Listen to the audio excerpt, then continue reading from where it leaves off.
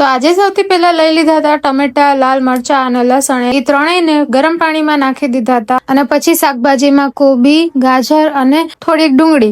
પેલા કોબીને ચોપરમાં નાખીને ક્રશ કરી લીધી, પછી ગાજરને નાખીને ક્રશ કરી લીધા અને પછી જેટલું પણ થોડું થોડું વધ્યું હતું એ બધું એક સાથે નાખીને ક્રશ કરી લીધું હતું. બધું ઝીણું ઝીણું સુધારાઈ ગયું ત્યારે એક કડાઈમાં તેલ નાખીને બધા શાકભાજીને સાતડવા રાખી દીધા અને થોડું મીઠું નાખી દીધું હતું. ત્યાં સુધીમાં ટમેટા ઉકળી ગયા હતા તો એને પણ પાણીમાંથી કાઢી લીધા અને મિક્સરમાં નાખીને ક્રશ કરી લીધા. પછી એક કડાઈમાં તેલ નાખીને ટમેટાની ગ્રેવીને નાખી દીધી, થોડી વાર ઉકળવા દીધી. ત્યાર પછી એમાં થોડું મીઠું, થોડું ખાંડ, ટમેટાનો સોસ અને લીંબુ નાખીને ચટણી બનાવી લીધી. પછી મેંદાના લોટને ચાળીને એનો એક લોટ બાંધી લીધો. ત્યાં સુધીમાં શાકભાજી બધા સાતળાઈ ગયા હતા. ત્યાર પછી લોટની નાની નાની પૂરી જેવડી રોટલી વણતા ગયા અને એના ઉપર સાતળેલા શાકભાજી નાખીને એને આવી રીતે વાળતા મોમોસ બનાવી લીધા હતા. બધા જ મોમોસ બની ગયા ત્યારે એને ઢોકળિયામાં નાખીને બાફા રાખી દીધા હતા. થોડી વાર પછી ઢોકળિયામાં બધા જ મોમોસ બફાઈ ગયા હતા અને બની ગયા હતા અમારા વેજીટેબલ મોમોસ, જે મેં ચટણી અને મેયોનીઝ સાથે ખાધા હતા.